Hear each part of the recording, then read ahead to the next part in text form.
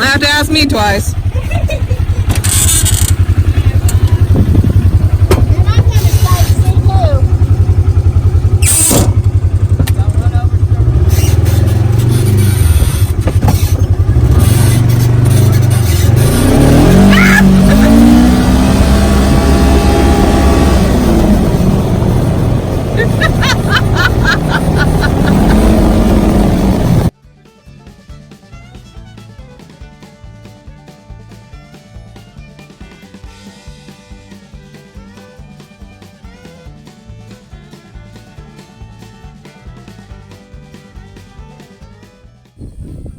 Look, Crystal, it's the first water running in Alvoy. Yeah, but, well, it's going to rain, and then she's going to Courtesy of Paradise. Yeah. need it. But, Yeah. well, Frickin' rain. it's going to rain, so we're going up now. Just take her.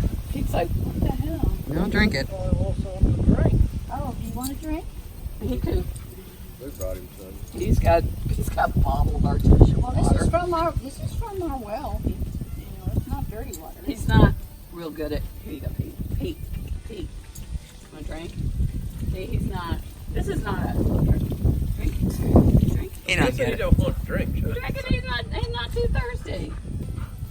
Well, I'm gonna walk up there and take that gate loose off the hill so you can drive up All there. right. Yeah. You're going to be on film, so just get used to it.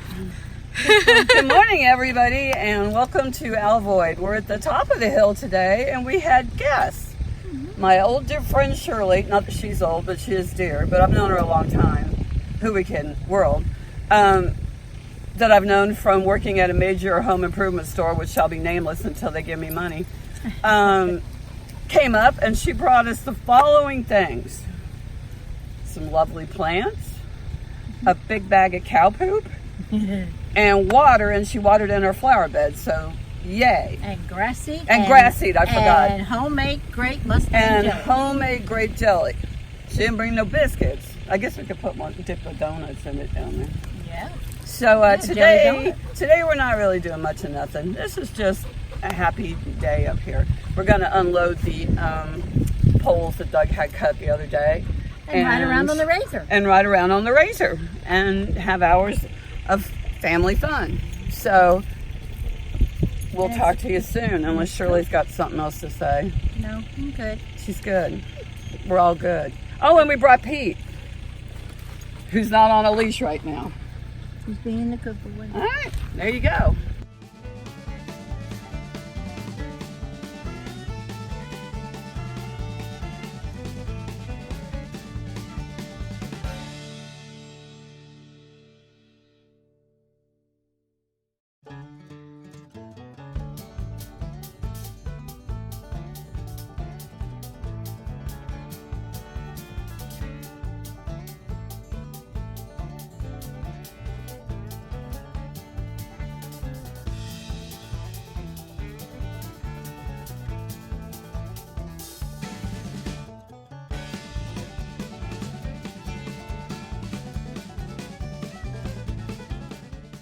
Are we on?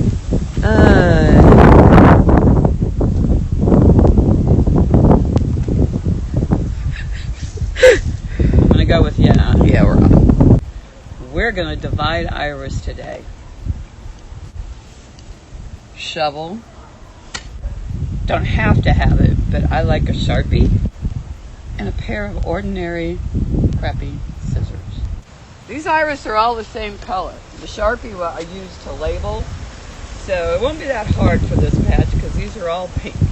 They quit blooming when they don't get dug up and divided periodically every 3 to 4 years. The blooms will just be a lot less and they're just ugly basically.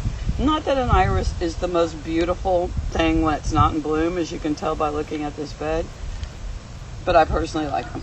So now we're going to dig.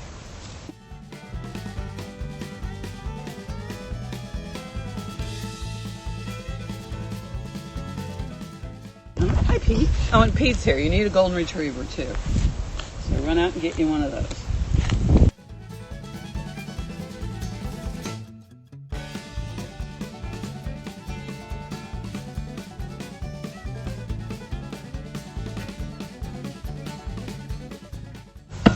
So what you do now is hope there's no fire ants in here. for the people that live in Texas. And for the people that live up north, don't worry about that. Yeah. This is what a clump of iris will look like when it's dug up. Every year the iris will have like little baby iris, and as you can see, they clump onto the mother. Cousin Kurt would call this a fid. No good. We're going to break these off. That one's good.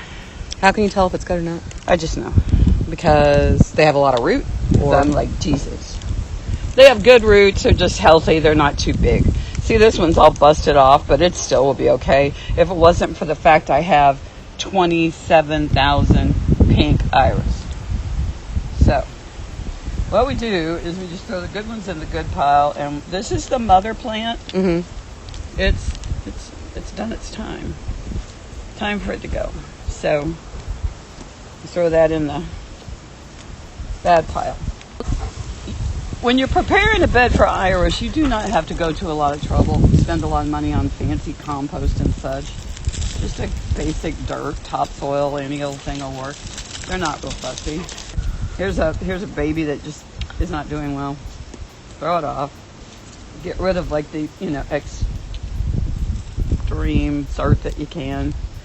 And that goes in a keep pile. Being guarded by Pete. No sir. Here's one that looks just like a lobster. Look at that. So when we get all of these dug out, cut, labeled, in a perfect world, if you had some dirt and you were ready, you could just go ahead and replant them. Give them a little water. And at first, water them in Texas. Well, every hour in Texas, but anywhere else, once a week or something. Until the roots kind of get into the new dirt, and then that's it. Now I'm going to use a little bit of bone meal when I plant mine back, because they kind of like that. But that's it. Iris don't have a lot of care. The beds don't need to be fertilized. Nothing much needs to be done to them. Very simple. Probably why my grandfather liked them so much. Well, I said you could just go ahead and replant them. You could leave them in a cool place. I'm going to leave mine outside, probably on the porch or somewhere, totally underfoot, and plant them in within a couple, 2 or 3 weeks. If you ever go buy iris, they come dry, the bulbs dry, and they've sat out for a while. If you leave them sit out too long and they start drying up, you can tell when it starts to look like it's no longer happy. That's probably a little late to plant them. So I would say do it within a couple, 2-3 weeks. That's it. Now, sometimes when you do that, the first year, they might not bloom all that great. But the second year, they will be fabulous.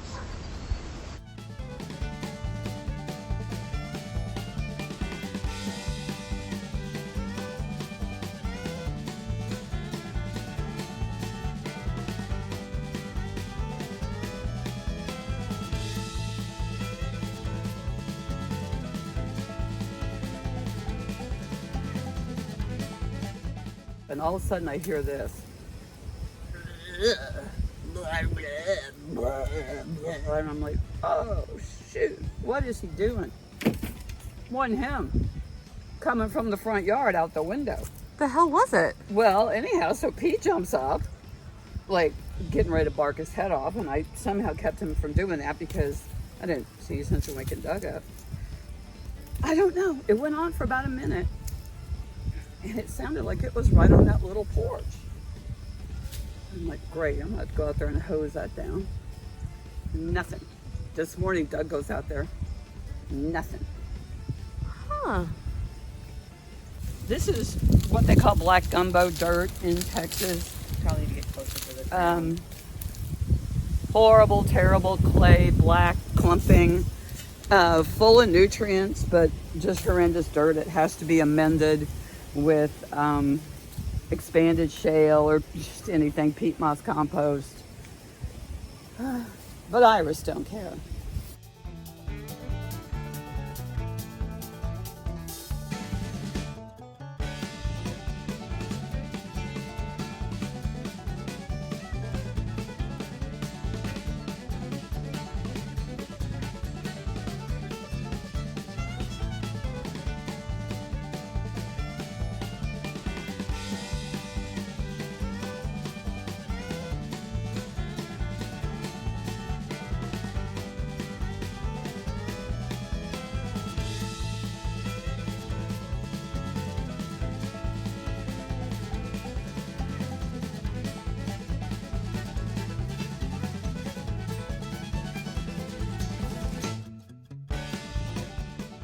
It's a beautiful mother hover of an iris, by the way.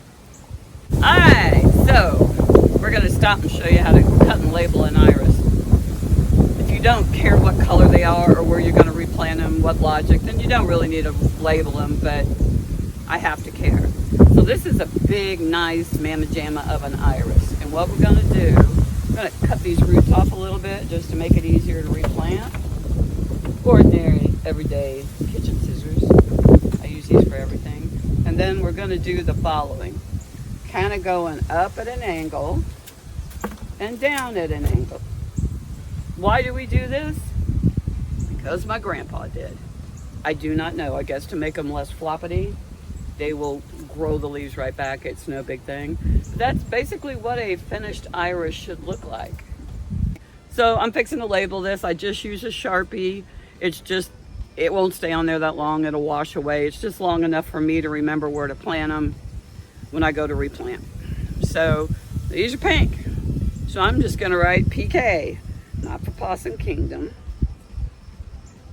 Pink. We just have to do this about 2,000 more times and then replant them and we'll be done.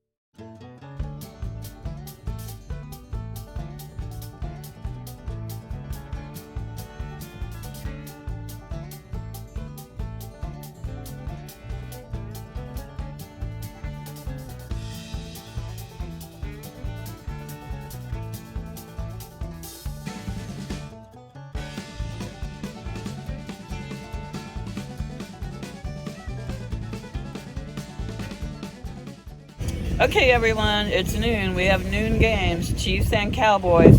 I could see both of them, but sorry, I gotta do what I gotta do.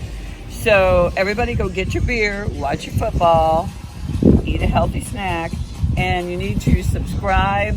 And Crystal says if you click on the bell, you will know the next time we do something amazing, which will probably be next weekend. Because we don't do anything during the week, we just nap. So we're done for today. No more chopping up iris. So go Cowboys, go Chiefs, go football, go Jesus.